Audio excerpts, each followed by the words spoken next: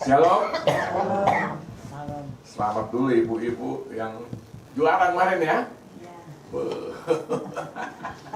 Bangga juga dong kita ya kan. Tapi udah 3 kali ya berturut-turut. Dulu lomba nyanyi, kemarin nari lagi. Haleluya. Setelah mereka bergabung di sini, rupanya beberapa orang dari Grasu ibu-ibu yang bikin menang kayaknya.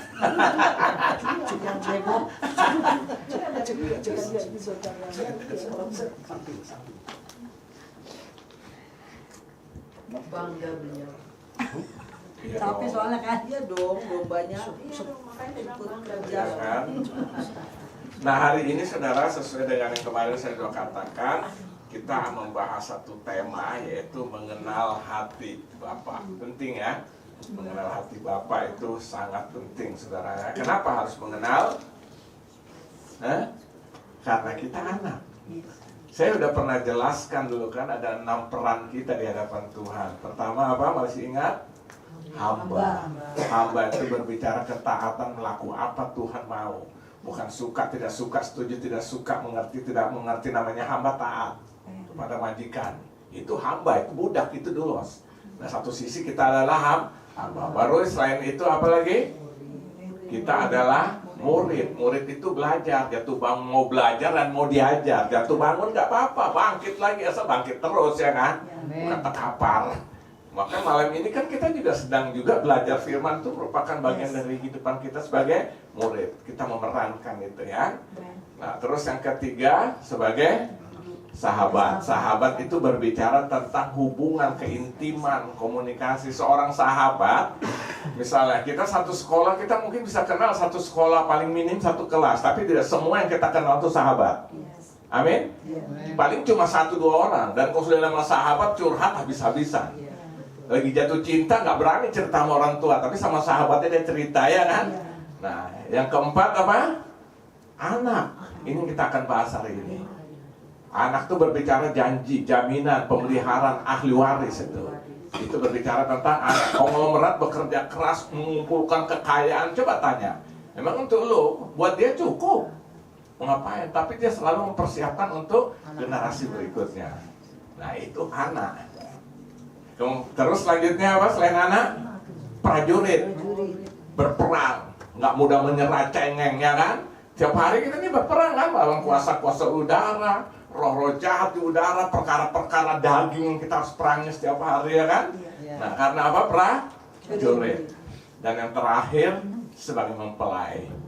Nah, itu siap menyambut kedatangan dia yang kedua kali. Nah, hari ini secara khusus kita akan berbicara tentang mengenal hati Bapa ya. Nah, saya ajak kita buka dulu di dalam Yohanes pasal pertama ayat 12 sampai ayat ke-13. Yohanes pasal yang pertama ayat ke-12 sampai dengan ayat ke-13. 2 ayat ini dulu. Ya, ayat 12 ayat 13 saya baca. Tetapi semua orang yang menerima Yesus, maksudnya diberikan apa? Diberikannya kuasa supaya menjadi anak-anak Allah. Ya. Yaitu mereka yang percaya dalam namanya. Orang yang di apa? Yang diperanakan bukan dari darah atau dari daging. Jadi kita ini sebagai anak bukan secara lahir ya, tapi di sini bukan dari darah dan daging, bukan pula secara jasmania oleh keinginan seorang laki, melainkan dari Allah ya. Jadi kita nih sebagai anak-anak atau dengan kata lain kita nih diadopsi oleh Tuhan dari orang berdosa, orang yang tidak ada pengharapan hidup dalam kepastian pasti neraka, tapi Tuhan menyelamatkan kita. Lalu kita diadopsi menjadi anak-anaknya. Nah ya, nah kalau saudara perhatikan dari judul perikop ini itu firman yang telah menjadi manusia. Ya kan? Firman yang telah menjadi manusia, ya kan? Ayat 1 sampai ayat 2 tadi dikatakan begini, coba saya baca ya. Pada mulanya adalah firman. Firman itu bersama-sama dengan Allah dan firman itu adalah Allah. Jadi firman Allah adalah firman saya, perkataan saya itu identik gak dengan saya? Hah? Iya dong. saya berbicara, saya berkata, itu perkataan saya tidak identik dengan orang lain. Nah, itu kira-kira ya. Jadi firman Allah adalah Allah. Ia pada mulanya bersama-sama dengan Allah ya. Nah, firman yang adalah Allah itu sendiri di ayat 14, firman itu telah menjadi manusia dan diam di antara kita, dan kita telah melihat kemuliaannya, yaitu kemuliaan yang diberikan kepadanya sebagai anak tunggal Bapa, penuh kasih karunia dan kebenaran. Lihat, kita lihat. Nah, di sini tadi kita sudah bahas ayat 12 sampai ayat berapa? Ayat 12 dan di 13 itu katakan, tapi semua orang yang menerimanya diberinya kuasa supaya menjadi anak-anak Allah, yaitu mereka yang percaya dalam namanya. Orang-orang yang diperanakan bukan dari darah atau dari daging, berarti secara roh ya, kita diperanakan ini, bukan pula secara jasmani oleh keinginan seorang laki-laki, melainkan dari Allah. Jadi saudara lihat di sini ya. Jadi judul perikop ini aja adalah apa? Firman yang telah menjadi manusia. Itulah Yesus, ya kan? Dan dia mengadopsi kita, dia menyelamatkan kita waktu kita percaya dia, menerima dia sebagai Tuhan dan Juru Selamat, dan akhirnya kita diangkat menjadi apa? Menjadi anak Allah. Dan jadi artinya firman yang adalah Allah yang telah menjadi manusia mengadopsi kita menjadi anak-anaknya. Ini luar biasa nggak? Nah, saya mau katakan gini, seringkali kekristenan kita tuh hanya sampai percaya Yesus, tetapi tidak mengenal peranan kita di hadapannya. Saya ulangi, seringkali kita menjadi orang Kristen hanya sampai pada batas percaya, selesai, ya kan? Tapi tidak mengenal peranan kita, ya kan? Sebagai apa? Di hadapan Allah. Salah satu peran tadi saya katakan adalah anak. Dari 6 tadi saya sudah sampaikan. Salah satu peranan kita di hadapan Tuhan sebagai anak. Nah, sebagai anak berarti harus seperti apa? Mengenal bapaknya. Ya kan? Lucu enggak? Ada anak tidak mengenal bapak. Lucu kan? Nah, kalau kita diangkat menjadi anak-anak Allah, berarti kita harus mengenal dia secara pribadi sebagai bapak kita. Ini kita harus alami itu, saudara. Maka saya bilang tidak cukup jadi orang Kristen percaya udah ke gereja udah. Percaya saya, kita akan seperti itu aja hidup kita. Saya beri contoh. Kenapa seringkali kita kehilangan pengharapan? Stres, bingung, panik, akhirnya bertindaknya sembarangan gitu loh. Kenapa? Kita tidak mengenal posisi kita ini, ya kan? Sebagai apa? Sebagai anak. Akhirnya bertindak apa? Sembarangan. Kalau kita kenal, begitu kita ada masalah tantangan pun, kita datang pada Bapa. Orang anak-anak itu dia kata bapaknya kerempeng kecil. Kalau dia berantem, gua kasih ke bapak gua lu. Ya, padahal bapaknya tiup angin terbang kan. Kenapa? Suatu kebanggaan seorang anak kepada bapaknya. Nah, orang seringkali stres, bingung, panik itu karena apa? Percaya Yesus ya, tapi status sebagai anak dia tidak alami dalam kehidupannya. Kalau kita mengerti ini, saudara, tantangan boleh ada deh. Kita bisa lihat Daud, tokoh-tokoh Alkitab. Siapa sih Daud? Siapa sih Rasul Paulus? Semua tantangannya nggak ada apa-apanya tantangan kita lihat, tapi mereka hidup tuh mantap sekali gitu loh. Maka dia bilang, aku tahu kepada siapa aku percaya. Dia tahu posisinya sebagai anak dan Yesus adalah bapaknya. Amin. Nah, jadi saudara lihat di sini ya, kenapa seringkali kita tuh jadi orang Kristen begitu-gitu, karena kita cuma percaya tapi tidak memahami, tidak mengerti posisi kita di hadapan Tuhan. Salah satu posisi adalah anak. Nggak ada bapak mau menyusahkan anaknya. Nggak ada, saudara. Kalau ada itu bapak tiring kerasukan setan, ya kan? Bapak tuh bela anaknya mati-matian. Amin. Dia jamin pemeliharaannya. Saya belum pernah lihat JJ satu kali pun, atau Gaby pagi-pagi duduk di tangga makan sambil bengong. Kenapa aja? Gue bingung mau makan apa pagi hari ini. Belum pernah sampai hari ini. Kenapa? Dia tahu dia punya bapak, dia punya mama, punya orang tua. Amin. Menjamin hidupnya. Makanya kenal dulu hati Bapa itu ya. Kita harus mengenal hati Bapa. Nah, sekarang kita masuk dalam pembahasan kita secara cepat saja. Kalau gitu seperti apa sih hati Bapa yang harus kita kenal? Harus kenal ini. Yang pertama, seperti apa sih hati Bapa yang harus kita kenal? Itu seperti apa hatinya? Yang pertama, hati yang penuh kasih kepada semua orang atau setiap manusia yang tidak tergantung dari keadaan manusia tersebut. Jadi kita harus mengerti dulu. Yang pertama, seperti apa isi hati Bapa itu yang harus kita kenal, yaitu hati yang penuh kasih kepada semua orang. Tuhan mengasihi kita pilih-pilih atau semua? Semua. Ya kan? Semua orang, semua manusia yang tidak tergantung dari keadaan manusia tersebut. Nah, coba perhatikan di ayat ke-14 tadi. Di ayat 14. Firman itu telah menjadi manusia dan diam di antara kita, ya. Dan kita telah melihat kemuliaannya, yaitu kemuliaan yang diberikan kepadanya sebagai anak tunggal Bapa. Terus penuh kasih karunia dan kebenaran.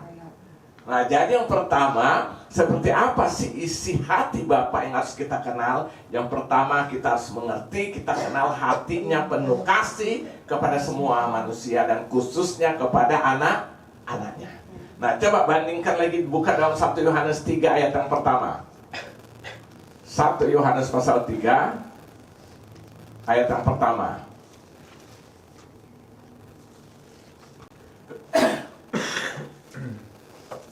1 Yohanes 3 ayat 1 sampai ayat yang 1 Yohanes pasal 3 ayat yang pertama. Lihatlah betapa besarnya kasih yang dikaruniakan Bapa kepada kita. Ya, betapa besarnya kan? Sehingga kita disebut apa? Anak-anak Allah. Nah, lihat. Anak-anak Allah, dan memang kita adalah anak-anak Allah. Karena itu dunia tidak mengenal kita sebab dunia tidak mengenal Dia. Ya. Betapa besarnya kasih apa? Kasih Allah kepada apa? Bapa kepada kita. Ya kan? Sehingga kita disebut anak-anak Allah. Jadi kalau ditanya seperti apa isi hati Bapa yang harus kenal, bahwa Dia adalah Allah yang penuh kasih kepada setiap orang yang sungguh-sungguh datang dan percaya kepada Dia. Nah, pertanyaannya, kenapa demikian? Kenapa kasihnya begitu besar khususnya kepada anak-anaknya? Kenapa? Kenapa, saudara? Karena kita sudah ditebus. Oh, itu karena kasihnya. Tapi kenapa kok kasihnya begitu demikian? Begitu besar, luar biasa, sampai Dia menyelamatkan kita bukan karena kita baik, kan? Kita masih berdosa, Dia sudah datang menyelamatkan, lalu Dia mengangkat kita menjadi anak-anaknya. Sehingga kita bisa memanggil Dia ya Aba, ya Bapak. Pertanyaannya, kenapa demikian? Kenapa ini bisa terjadi? Kenapa? Karena karakternya atau sifatnya adalah kasih. Keberadaan Allah itu roh, tapi sifatnya Allah adalah kasih. Coba saudara tolong baca Yohanes 4, 1 Yohanes 4 maksud saya, tinggal buka ke belakangnya, ayat 7 sampai 8. Ayat 7 sampai ayat yang ke-8. Siapa mau baca? Saudara-saudaraku yang kekasih, Ya. marilah kita saling mengasihi, Ya, marilah kita saling mengasihi. sebab kasih itu berasal dari Nah, Allah. kasih itu berasal dari Allah. Dan setiap orang yang mengasihi Setiap orang yang mengasihi, lahir dari Allah dan mengenal ya Allah. stop dulu. Yang mengasihi lahir dari Allah dan mengenal Allah. Berarti kalau yang tidak hidup mengasihi, tidak punya. Lahir dari siapa? Dan tidak mengenal Allah. Nah, terus ayat ke-8. Barang siapa tidak mengasihi, ia tidak mengenal Allah, sebab Allah adalah kasih. Allah adalah kasih, itu berbicara bukan keberadaan. Keberadaannya roh. Ya kan? Tapi kalau kita Allah itu roh, tetapi sifat Allah itu adalah kasih. Ya kan? Jadi kita bisa lihat, nah kita harus mengenal Dia, ya kan? Yaitu Allah yang penuh kasih. Nah, saya beri contoh. Anak yang terhilang, kalau saudara baca dalam Lukas pasal 15, ya kan? Kenapa bapaknya terima kembali anak itu? Kan sudah, itu manusia kampret lah kalau orang kan sudah minta warisan, bapak belum mati. Ini kan kurang ajar kalau orang Batak tuh marah kali ya. Bapak masih sehat, kuat minta warisan. Ya kan, baru setelah itu warisan itu dipakai untuk hura-hura, main pelacur segala macam kan. Habis-habisan, sudah habis, balik. Itu kalau kita, pergi sana dulu, ya kan? Tapi Alkitab mencatat itu nggak? Nanti kalau saudara baca di rumah. Lukas pasal berapa tuh? Lukas pasal 15 kan? Ayat 20 itu sudah lihat. Dia datang membuka tangan, merangkul anaknya kembali, bikin pesta lagi. Dipakein baju mewah, pakai cincin, pakai sepatu, potong ada domba yang paling tambun untuk mengucap syukur, ya kan? Lihat. Kenapa? Karena apa?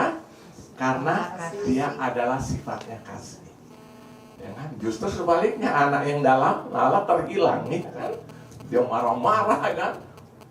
Udah adiknya udah gak karu-karuan kan, biasa kayak gitu kan kita kalau jujur kan. Ini juga mama tadi sudah tau anak begitu. Kakaknya bisa marah-marah kan? Ya, tapi gak bisa, Tuhan gak bisa. Karena dia adalah kasih, keberadaannya tuh roh, tapi sifatnya itu kasih, ya kan? Ya, dia beri. Ya, nah, saya mau katakan gini, sebesar apa kasih Allah yang dapat kita rasakan dalam hidup ini? Seberapa besarnya? Sebesar apa? Ayo. Kasih Allah itu kan, dia roh tapi sifatnya kasih. Nah, saya mau tanya, menurut saudara sebesar apa kasih Allah yang dapat kita rasakan dalam hidup ini? Hidup sebesar hidup. Ayo. Tak terhitung. Mau tahu saya jawabannya? Tunggu yang lewat dulu. Saudara mau tahu? Tergantung respon saudara, respon saya pada kasih itu. Dia beri 100%, tapi kita bisa merasakan kasih itu tergantung respon kita kepada kasih itu. Jadi tergantung respon saudara. Nah, coba saudara bandingkan dalam Roma 5 ayat 20. Ya, jadi kasih Allah itu 100% loh, dia beri semua, udah nggak ada lagi. Maka jangan saudara minta lagi, Tuhan berikan lagi kasih, udah nggak ada, habis-habisan. Ya sudah berikan sampai nyawanya, apalagi mau dia beri, udah nggak ada. Ya kan? Nah, tapi kita bisa merasakan, menikmati kasih itu tergantung seberapa besar respon kita. Saudara meresponnya 25%, ya udah, makanya itu kita lihat orang Kristen tuh kadang-kadang jadi Kristen, tapi ini pakai tanda petik ya, gila-gilaan untuk dalam Tuhan itu beda-beda. Ada sekedarnya, ya udah, tapi ada yang, wah aku harus berikan yang terbaik, kayak Rasul Paulus. Ya kan? Kayak Rasul Paulus kan dia melakukan itu kan. Maka dibilang dia dipakai Tuhan luar biasa, tapi dia tidak bilang aku luar biasa. Dalam 1 Korintus 15 tuh ayat 9. Dari seluruh rasul aku yang paling hina, bahkan aku tidak layak disebut rasul. Padahal dia dipakai Tuhan luar biasa. Penulis Alkitab perjanjian baru terbesar adalah Paulus. Nah, lalu ayat 10-nya 1 Korintus 9, tapi aku ada sebagaimana aku ada, hanya kasih karunia Allah. Ya. Meresponi kasih Tuhan itu luar biasa sampai dia berikan seluruh totalitas hidupnya. Hidupku bukan aku lagi, tapi Kristus hidup dalam aku. Hidup adalah Kristus, mati adalah keuntungan. Jadi dia hidup hanya untuk Kristus, kalau karena itu harus mati, bukan kerugian, itu keuntungan bagi dia. Berarti itu responnya kepada kasih Tuhan, ya kan? Jadi itu besarnya sudah habis Tuhan berikan 100%. Nah, kita rasakan itu besar kecilnya, itu tergantung respon. Nah, coba lihat dalam Roma 5 ayat 20, sudah? Saya baca aja ya. Tetapi hukum Taurat ditambahkan supaya pelanggaran menjadi semakin banyak. Dan di mana dosa bertambah banyak, di sana kasih karunia menjadi berarti hidup kita semakin berdosa semakin bagus ya. Itu kira-kira enggak? Loh, coba baca. Tapi hukum Taurat ditambahkan supaya pelanggaran menjadi semakin banyak. Di mana dosa bertambah banyak, di sana kasih karunia menjadi. Nah, berarti kalau mungkin mengalami kasih karunia semakin melimpah, hidup dalam semakin banyak. Maksudnya apa? Artinya gini saudara, hukum Taurat diberikan kepada manusia bukan untuk menyelesaikan dosa manusia, tetapi untuk menyadarkan manusia memberitahu manusia bahwa engkau berdosa. Dan tunggu nanti penyelesaiannya, Yesus akan selesaikan. Ngerti maksudnya? Jadi hukum Taurat itu bukan menyelesaikan dosa loh, tidak ada. Maka Yesus tidak bilang hukum Taurat berlalu. Dia tidak bilang gitu dalam Matius 5 ayat 17, aku menggenapi hukum Taurat. Karena hukum Taurat tidak menyelesaikan dosa.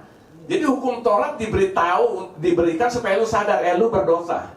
Saya beri contoh saudara. Kapan kita tahu di depan ini boleh parkir atau tidak? Kalau ada pelangnya, ada tanda. Hah? Ada pelangnya. Waktu ada pelang. Begitu kita langkahkan, oh berarti gue ini nggak benar. Kalau nggak ada, kita tahu nggak itu boleh mengganggu lalu lintas yang lain? Nggak tahu. Nah hukum Taurat kira-kira kayak begitu diberikan supaya menyadarkan kita, lu tuh berdosa, lu berdosa, lu berdosa, dan hukum Taurat tidak bisa menyelesaikan. Tunggu nanti saatnya akan datang, yaitu Yesus yang akan menyelesaikan. Maka dia bilang, aku datang bukan meniadakan Taurat, tapi aku datang menggenapi tuntunan hukum Taurat adalah apa? Orang yang bisa melakukan, dia diselamatkan, tapi yang tidak bisa melakukan secara total semua pasti mati. Ada nggak bisa menyelesaikan? Nggak ada.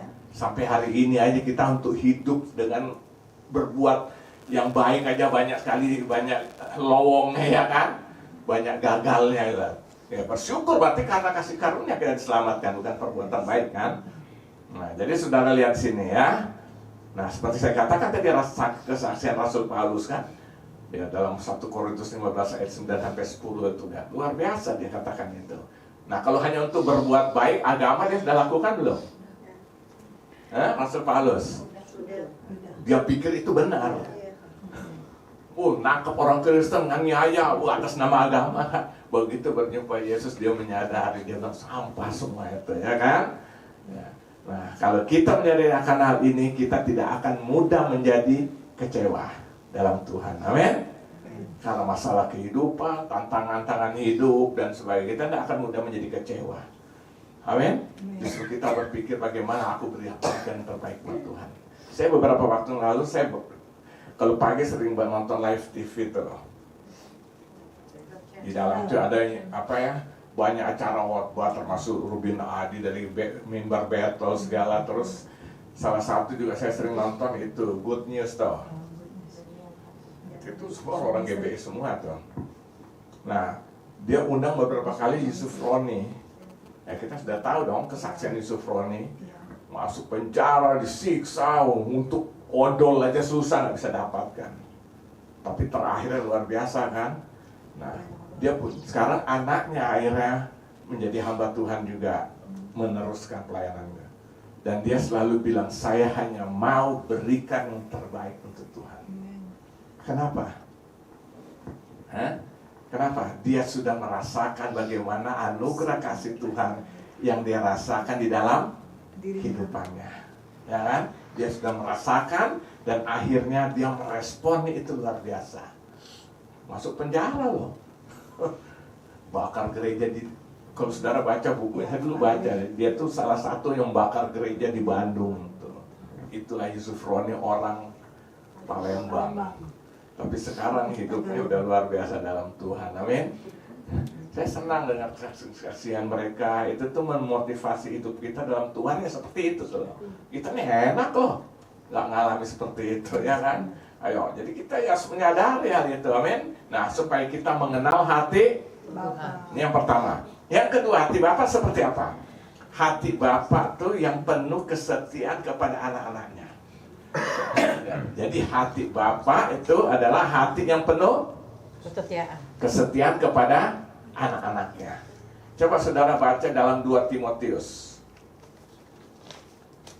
2 Timotius pasal yang kedua. 2 Timotius pasal yang kedua. Ayat yang ke-13. Sudah? 2 Timotius pasal 2 ayat yang ke-13. Siapa mau baca? Jika kita tidak setia, Ya, jika kita tidak setia, Dia tetap setia, dia ini siapa? Tuhan Yesus. Ya. Karena Dia tidak dapat menyangkal dirinya. Ya. Jika kita tidak setia, Dia tetap setia. artinya apa saudara? Artinya kesetiaan Tuhan kepada kita khususnya anak-anaknya tidak tergantung kesetiaan kita anak-anaknya kepada Dia. Saya ulangi, kesetiaan Tuhan kepada kita tidak tergantung kesetiaan kita kepada Anak-anak. ya, bukan kepada Dia. Jadi maksudnya kesetiaan Tuhan Yesus pada kita tidak tergantung kesetiaannya kita kepada Dia. Saudara mau setia, mau tetap tidak setia, Dia tetap setia. Amen. Ya kan? Jadi kita setia atau tidak setia apa? Dia tetap setia. Jadi waktu kita merasa jauh dari Tuhan, kita rasa ditinggalkan oleh Tuhan, sebenarnya bukan Dia meninggalkan kita, kita sudah meninggalkan Dia. Nah, saya ulangi. Kalau kita merasa jauh dari Dia, kan kadang-kadang kita bisa merasa gitu, terlalu sibuk dan ini dan itu kan, sampai kita merasakan nggak rasain kehadiran Tuhan, kita nggak rasakan loh. Ini bukan Tuhan yang pergi loh, tapi kita yang sudah pergi dari Dia, menjauh dari Dia. Karena apa? Dia tadi dibilang apa? Sekalipun kita tidak setia, Dia tetap setia karena Dia tidak bisa menyangkali apa? Dirinya sendiri. Jadi waktu kita merasa jauh dari Tuhan, rasa ditinggalkan Tuhan, rasa Tuhan tidak mau menolong kita, rasa Tuhan tidak peduli dalam hidup kita, sebenarnya bukan Dia yang tidak memperhatikan dan memperduli, tapi kita yang menjauh dari Dia. Ya kan? Contoh, kita menghadapi masalah tantangan yang seharusnya waktu kita menghadapi itu datang pada Dia dong sebagai Bapa, beri laporan, menceritakan curhat seperti khotbah saya beberapa minggu yang lalu tentang Daud, ya kan? Ya, dia curhat. Makanya dia tetap rasa dekat dengan Tuhan. Sampai Tuhan bilang, Daud inilah orang yang berkenan di hatiku. Setiap ada masalah pasti dia curhat. Nah begitu kita yang tidak membawa hidup kita sebagai anak kepada Dia, waktu ada misalnya ada tantangan, akhirnya kita gagal karena kita berjalan sendiri. Dan situ kita mulai merasa Tuhan jauh dan memperdulikan kita. Bukan Tuhan, kitanya yang harus koreksi diri. Seperti cerita, saya pernah cerita kali sini. Oma dan opa, ada dua oma dan opa tuh yang sudah menikah 60 tahun, sudah punya anak, cucu, cece, ya. Cece apa cicit tuh? Ya kan? Dan mereka akhirnya masih diberikan Tuhan kekuatan, kesehatan sampai udah merayakan ulang tahun yang ke-60 tahun. Lalu apa yang terjadi? Nah, opa ini dulu punya mobil klasik gitu loh. Ya akhirnya di klasik. Waktu dia masih muda, kalau dia pacaran sama oma nih, dia selalu bawa mobil itu gitu loh. Mobil-mobil dulu tuh kan mobil-mobil sedan besar-besar, baru tempat duduknya tuh kan nyambung di depan. Jadi bisa 3 orang. Forsnelengnya itu juga di tangan gini. Nah jadi begitu, dan itu terawat dengan baik. Sampai satu saat waktu merayakan ulang tahun ke-60, mereka cuma mau berdua aja, karena anak-anak cucu sudah pada ada di luar kota. Lalu apa lagi yang mereka lakukan? Mereka ingin makan di restoran, dulu mereka waktu masih pacaran sering ke situ. Akhirnya mereka pergi ke situ berdua, meskipun udah ada renovasi juga, tapi dia lihat posisi kursi masih ada yang dulu mereka duduk itu. Akhirnya mereka duduk berdua, bincang-bincang lah. Nah si oma tanya sama opa, agak-agak bahasa Belanda kan, wih, kok Yei tinggal duduk dalam mobil, kok Yei kayaknya menjauh dari Eke, wih, ya kan? Ya kan? Akhirnya si opa bilang, siapa yang menjauh dari dulu? Saya kalau bawa mobil pasti saya duduk di belakang setir. Berarti rupanya yang menjauh siapa? Oma. Dulu kan tempat duduk itu kan bisa 3 orang. Jadi dulu kalau duduk seakan-akan terlalu sempit ya kan, nempel kan. Sekarang so tua, duduk lebih ke pintu. Nah sering ya kan. Akhirnya opa bilang, dari dulu saya bawa mobil seperti inilah dia. Nggak mungkin dong dia duduk tempat lain. Nah seringkali tanpa sadar kita rasa Tuhan menjauh dari kita. Ada nggak pernah merasakan gitu? Nggak rasa intim, nyaman gitu loh. Rasa kita sendirian gitu loh. Dengar baik saudara, bukan Tuhan yang pergi meninggalkan kita, seringkali menjauh dari Tuhan. Makanya waktu begitu ada tantangan, larinya kepada apa? Dengan cara sendiri. Kalau kita sadar kita mengenal hati Bapa, kita datang pada Bapa. Amin? Nah itu saudara ya, jadi kita lihat. Jadi jangan seperti lagu Trio Bimbo. Aku jauh, engkau jauh, aku dekat, engkau dekat. Diplesetkan lagu itu. Waktu itu udah tahun berapa? 80-an. Aku jauh, engkau jauh dekat 50 masih naik bus. Masih 50 perak ya kan. Tuhan nggak seperti itu. Amin. Ya, makanya Yesus bilang kepada murid-muridnya apa? Dalam Matius 28 terus dia suruh pergi. Pergilah jadikan seluruh bangsa muridku. Baptislah mereka dalam nama Bapa, Anak dan Roh Kudus dan ajarkan mereka melakukan segala sesuatu yang sudah kuajarkan, perintahkan padamu dan terus apa? Tapi ketahuilah aku menyertai kau sampai sudah zaman. Dia setia menyertai kita anak-anaknya. Amin. Nah, jadi saudara lihat, kita harus menyadari ini. Hati Bapak kita tuh hati yang penuh kesetiaan. Yang ketiga, cepat aja. Yang ketiga, hati Bapak kita seperti apa sih? Kita harus mengerti, yang kita harus tahu ya kan? Seperti apa sih hati Bapak kita harus kita kenal. Yang ketiga, saya pelajari dalam Alkitab, hati Bapak adalah hati yang mendidik anak-anaknya. Kenapa? Karena dia Bapak punya rencana, dia Bapak punya rancangan, Bapak punya destiny yang indah bagi setiap anak-anaknya. Setuju nggak? Yes, amen. Nah, coba buka Yeremia. Ini ayat yang juga seringkali kita kenal. Yeremia 29 ayat 11. Tolong bacakan. Yeremia 29 ayat 11. Yeremia 29 ayat 11. Ya. Sebab aku ini mengetahui rancangan-rancangan apa yang ada Ya, padaku. mengetahui rancangan-rancangan apa yang ada padaku mengenai Kamu. Nah, ini konteksnya begitu tentu khusus untuk orang-orang Israel ya. Tentang setelah dalam pembuangan dari apa? Babel ya. Nah, tentu sekarang ya buat kita janji itu juga. Terus Amin. Demikianlah firman Tuhan, Ya. yaitu rancangan damai sejahtera, damai sejahtera, dan bukan rancangan kecelakaan, bukan rancangan kecelakaan, untuk memberikan kepadamu hari depan yang penuh harapan. hari depan yang penuh Harapan. harapan. Nah, ya. Jadi hatinya adalah hati yang mendidik anak-anaknya. Kenapa? Karena dia punya rencana dalam setiap anak-anaknya supaya seperti yang tadi Yeremia 29 ayat 11. Masa depan yang penuh harapan, hidup dalam damai sejahtera. Nah, buka lagi dalam Ibrani 12. Kita bandingkan dengan ayat ini. Ibrani pasal 12. Ayat yang ke-6 sampai 11. Sampai yang mau baca. Ibrani 12 ayat 6 sampai 11. Agak panjang ayatnya, enggak apa-apa. Ayat 6 sampai 11. Demikian firman Tuhan. Karena Tuhan menghajar orang yang Ya, dikasihinya, orang yang dikasihinya. dan ia menyesa orang yang diakuinya sebagai anak. Sebagai anak. Jadi yang sebagai anak dia apa? Disesa dan diajar. Ya, terus? Jika kamu harus menanggung ganjaran, Allah memperlakukan kamu seperti anak. Ya. Amen.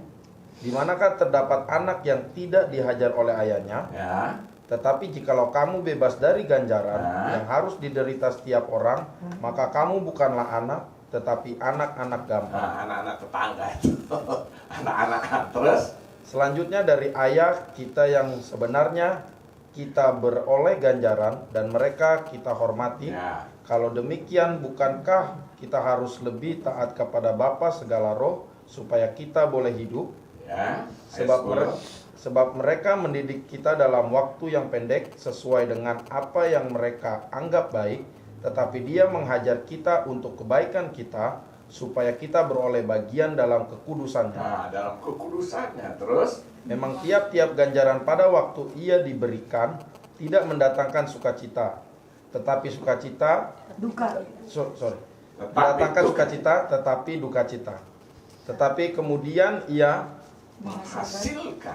menghasilkan buah kebenaran yang memberikan damai kepada mereka yang dilatih olehnya. Ya, di sini kita lihat ya, Bapak itu mendidik anak, menghajar, mendidik, melatih. Tujuannya untuk apa? Memperoleh kebaikan, tentu intinya itu ya, supaya rencananya dia itu tercapai. Nah, jadi dia tuh mendidik anak-anaknya, dia tidak lepas. Makanya kadang-kadang kita lihat kan, kita menghadapi tantangan-tantangan ini bukan Tuhan lepas tangan loh. Tuhan tetap membela kita. Ya kan? Nah, saya selalu katakan gini loh. Tuhan terima setiap kita waktu kita datang dalam keadaan berdosa, sekalipun datang menghampiri Dia, Dia terima kita apa adanya. Amin. Tapi setelah kita ada dalam tangannya, Dia tidak lagi membiarkan kita apa adanya. Saya ulang. Seseorang datang kepada Tuhan dalam keadaan berdosa, dia datang mengaku dosa, terima Yesus sebagai Tuhan dan Juru Selamat. Dia terima nggak? Dia terima kita apa adanya. Tapi setelah kita ada dalam tangannya, sudah menjadi miliknya, Dia tidak lagi membiarkan kita apa adanya. Kenapa? Dia punya destiny, rencana yang indah bagi anak-anaknya. Amin. Dia punya rencana yang indah, saudara. Dia memproses kita supaya apa? Jadi pendidikan-pendidikan itu memproses. Saya beri contoh Ayub. Ayub itu secara lahirnya kita lihat hidupnya benar nggak? Takut Tuhan nggak? Kok masih sih dihadapi seperti begitu? Coba baca cerita itu. Tuhan izinkan terjadi untuk melatih dia, mendidik dia. Kan itu terjadi pembicaraan iblis dengan Allah. Tuhan bilang, kau melihat hamba-Ku Ayub? Oh iya, jelas, aku gak bisa nyentuh apa-apa orang pagarnya. Oke, aku angkat pagarnya, silakan. Tapi jangan sekali-sekali menjamah nyawanya. Akhirnya dia kena masalah gak? Anaknya mati, harta habis, badan memborokan semua. Tapi terakhir kita lihat, hancur nggak? 2 kali lipat kekayaan dia terima, tubuhnya kita bilang disembuhkan, dipulihkan Tuhan seperti kulit bayi. Harta kekayaan 2 kali lipat, anaknya yang mati 10-10 dikembalikan lebih cantik dan lebih gagah-gagah daripada anak yang pertama. Ya. Kenapa? Dia mendidik supaya lebih lagi. Amin. Nah, jadi kita Tuhan ingin seperti itu, Dia mendidik kita. Emas, berlian, bukan berlian tauruk ya. Itu menjadi barang-barang berharga ya kan? Dan memiliki nilai jual yang tinggi. Kenapa saudara bisa terjadi seperti itu? Karena prosesnya. Proses. 18 beda dengan proses 22 emas karat. 22 beda dengan 23. 23 beda dengan 24. Kalau berlian pakai apa takaran itu, Pak? Clarity ya? Karat. Itu karat tuh ini. Itu kan clarity. Itu kemurniannya itu loh, hasil itu. Itu yang bangsa saudara kinclong banget tuh, harganya luar biasa itu. Kita taruh di bawah ke tempat yang gelap itu, dia justru cahayanya keluar. Kalau saudara ke Israel, lihat itu gede banget toko berlian. Itu kan salah satu terkenal di dunia kan, di Israel. Clarity-nya, tanya aja clarity-nya tuh. Semua nggak tahu apa clarity paling tinggi apa D ya? Berlian clarity paling tinggi? V, F. Apa? Itu kinclong, makanya jangan heran Hotman Paris dia udah menunjuk begitu. Kasih tunjuk berliannya. Nah itu saudara tuh menjadi indah tuh karena apa? Proses. Jadi kalau kita ke Israel masuk daerah toko besarnya itu, diceritakan semua dari penggalian itu, di film kan, jadi kita masuk satu ruangan nonton kan, sampai penggalian tempat dalam segala macam itu sampai berproses menjadi berlian yang akhirnya kita lihat dipamerkan di dia punya etalase itu. Nah hasil itu yang menyebabkan seperti itu adalah proses. Nah, jadi kalau kita mau ingin luar biasa ya siap diproses. Amin. Siap diproses oleh Tuhan. Burung Raja Wali itu dahsyat nggak? Dahsyat. Itu lebih besar dari elang. Raja Wali itu menjadi luar biasa nggak? Itu juga diproses dia. Jadi kalau saudara belajar baca tentang buku Raja Wali, tentang Raja Wali lah, itu dia waktu dia bertelur itu dia membuat sarangnya bukan di pohon loh, di atas bukit-bukit batu itu loh. Sampai satu saat tertentu setelah bertelur, anak menetas, dia masih terus kasih makan terus sampai anaknya sudah tiba saatnya bulunya mulai tumbuh. Saudara tuh diapain? Dia punya itu digoncang-goncang sarang. Maka Alkitab bilang seperti Raja Wali kan dalam Alkitab. Jadi hati yang memelihara dan menjamin kehidupan anak-anaknya. Coba saudara baca dalam secara cepat aja ya. Matius pasal 7 ayat 7 sampai 11. Matius pasal 7 ayat 7 sampai ayat yang ke-11.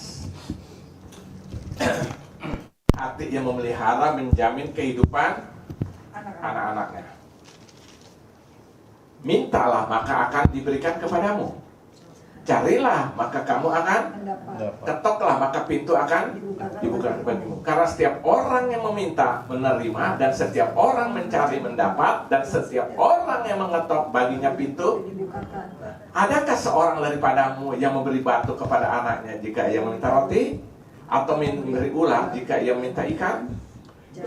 Jadi jika kamu yang jahat tahu memberi pemberian yang baik kepada anak-anaknya, apalagi Bapakmu yang di surga, Ia akan berikan yang baik kepada mereka yang meminta kepadanya.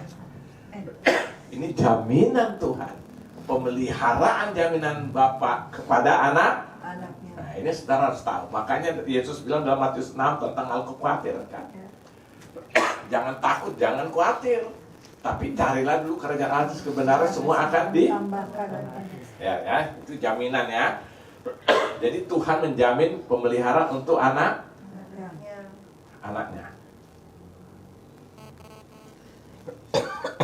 Nah, saya mau tanya gini saudara. Seandainya ada orang yang hidup dikuasai takut, khawatir dalam menjalani hidup ini, saya mau tanya, Bapak tersinggung nggak? Singgung. Hah? Ya. Jadi berapa kali kita buat hati Bapak tersinggung? Takut, khawatir, ya kan, ketakutan sampai stres bagaimana ya kan? Nah, saudara tahu itu sebenarnya membuat Bapak tersinggung loh. Akhirnya kita ambil jalan pintas dengan cara kita. Tersinggung loh dia. Maka dia sampai bilang kan, engkau yang jahat bisa memperdulikan anakmu minta roti tidak dikasih batu, minta ikan tidak dikasih telur, apalagi aku. Kamu yang berdosa aja bisa memahami hal seperti itu. Ya kan? Jadi kita jangan dikuasai kekhawatiran, amin? Bisa khawatir ya, tapi tidak mau dikuasai kekhawatiran hidup. Amin? Men. Karena apa? Kita anak, dia Bapa. Ya, kita anak, dia Bapa. Dia jamin. Tapi bukan terus tiduran di rumah tiba-tiba kebutuhan hidup setiap hari jatuh dari langit. Bisa nggak Tuhan lakukan itu? Hah? Bisa. Tapi konteksnya berubah, udah beda dengan bangsa Israel. Karena bangsa Israel keluar dari Mesir udah nggak ada apa-apa, padang gurun tandus itu kan, nggak ada apa-apa, maka Tuhan pelihara lewat tiap hari mana turun. Ya, sekarang konteksnya enggak, udah berubah. Jadi jangan seperti itu kan, sama dengan Tuhan memberkati anak orang yang dikasih pada waktu tidur, berarti semakin banyak tidur, semakin banyak enggak juga. Ya kan? Kita harus lihat konteksnya. Bagian sekarang yang kita bekerja ya kan, nanti Tuhan memberkati pekerjaan usaha yang kita kerjakan. Amin. Bunda, apa yang mau diberkati? Saya mau tanya, Musa punya modal nggak? Mau bangsa Israel? Pasti ada. Apa modalnya? Tongkat. Itu dia bisa pakai. Ya, nah kita kerjaan apa aja yang kita bisa lakukan ya kan? Nah Tuhan berkati itu. Konglomerat sudah tahu? Yang salah satu tuh yang apa itu? Yang punya cempaka emas semua dulu tuh. Siapa yang namanya tuh? Itu adalah pengumpul kardus-kardus bekas tuh. Bisa jadi luar biasa seperti itu kan.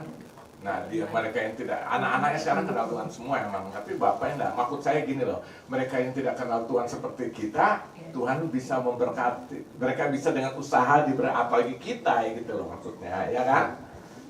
Jadi ya, jadi saudara lihat yang keberapa tuh, yang keempat, yang kelima, yang terakhir kita lihat, kita harus mengenal hati Bapa seperti apa sih. Yang kelima, hati yang membela dan melindungi apa? Anak-anaknya.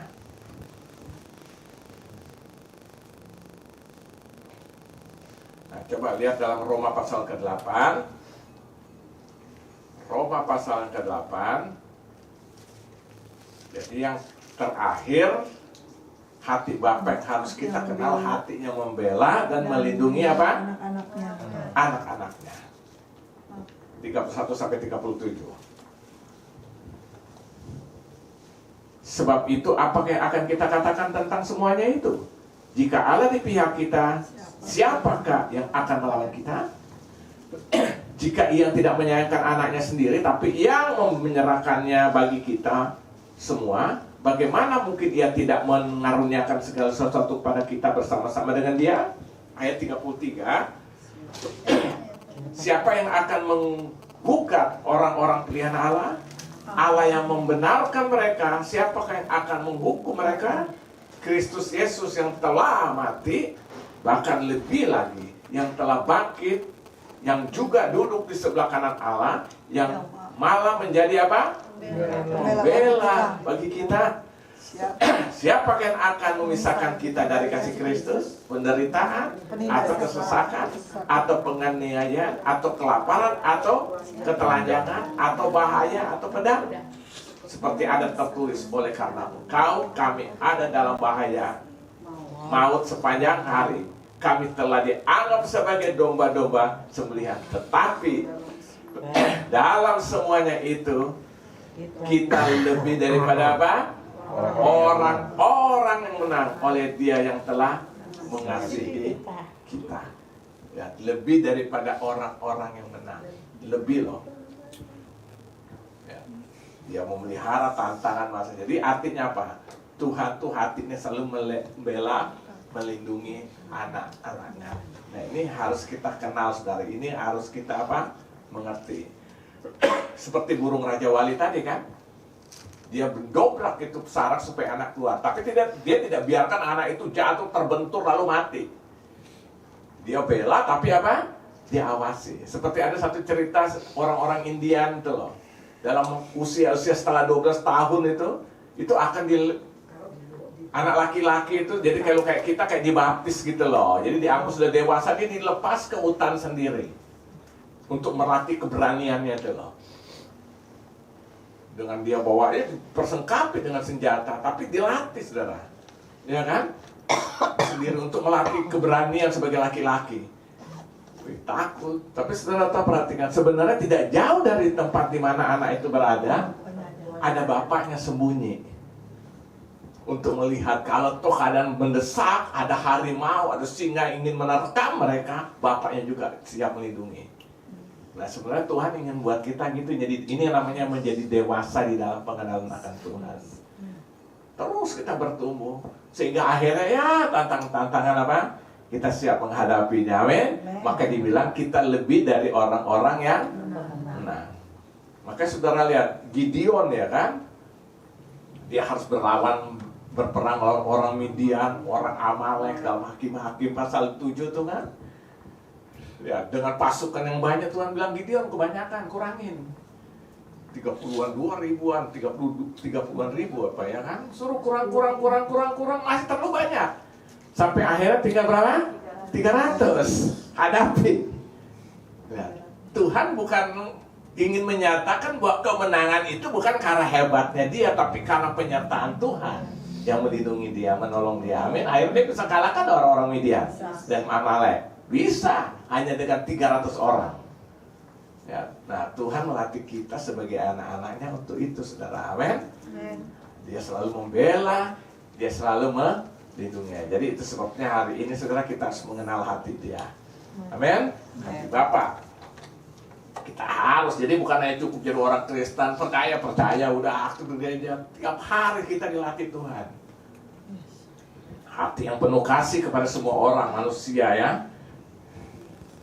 Ya, dia mengasihi kita, dia mengasihi anak-anaknya, kita harus kenal itu. Selain itu yang kedua apa? Hatinya penuh kesetiaan kepada anak-anaknya, kepada kita semua, amin. Kalau kita rasa kita jauh dari Tuhan, dengar baik, bukan Tuhan yang jauh, kita yang telah menjauh dari Tuhan. Hati yang mendidik anak-anaknya, kita dididik, ya kan? Jadi kalau didik jangan, kalau kita memang karena salah, ya kita minta ampun sama Tuhan, Tuhan saya salah nih Tuhan, seperti Daud, ya kan? Tapi dia tetap prinsip mendidik kita. Terus hati yang memelihara menjamin kehidupan anaknya. Dia jamin kita, tapi kita lakukan bagian kita, ya kan? Kan Amsal bilang apa? Berkat Tuhan yang menjadikan kaya jerih, supaya kita tidak menambahinya. Jadi waktu kita melakukan sesuatu, nah dia yang berkati sesuatu yang kita lakukan itu loh. Saudara jadi pedagang bakso, ya Tuhan berkati pekerjaan kita berdagang bakso itu. Kalau kita misal tidur-tiduran aja, dia mau diberkati apanya gitu loh. Ngerti maksudnya? Kan harus ada dasar dong. Nah itulah kira-kira ya. Kelima, dia selalu membela anaknya. Amin. Ya, Saya kira demikian saja. Tuhan Yesus memberkati. Haleluya. Amin.